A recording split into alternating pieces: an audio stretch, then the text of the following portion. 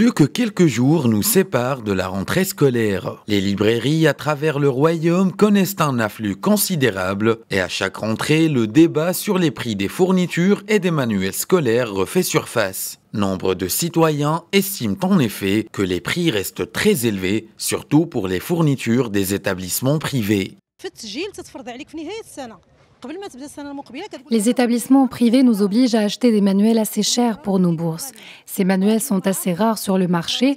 De ce fait, ils sont très coûteux pour la plupart des familles. Ceci dit, il faut ajouter à ces frais ceux des inscriptions. De plus en plus de familles ont recours au crédit pour garantir l'éducation de leurs enfants.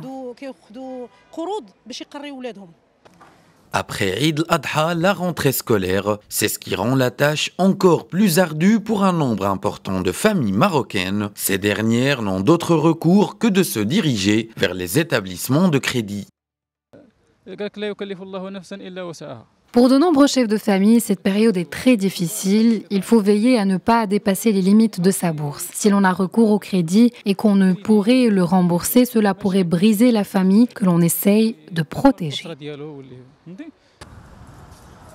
Le Forum marocain du consommateur, pour sa part, tire la sonnette d'alarme. L'institution attire l'attention des citoyens sur les offres alléchantes de certains établissements de crédit, des prêts qui peuvent facilement mener au surendettement.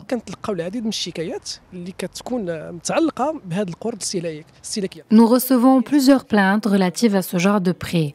Ces plaintes peuvent concerner les modalités de paiement, de crédit ou encore les méthodes d'exécution de ces prêts. Le consommateur ne prête pas souvent attention à ces termes et ne les négocie pas.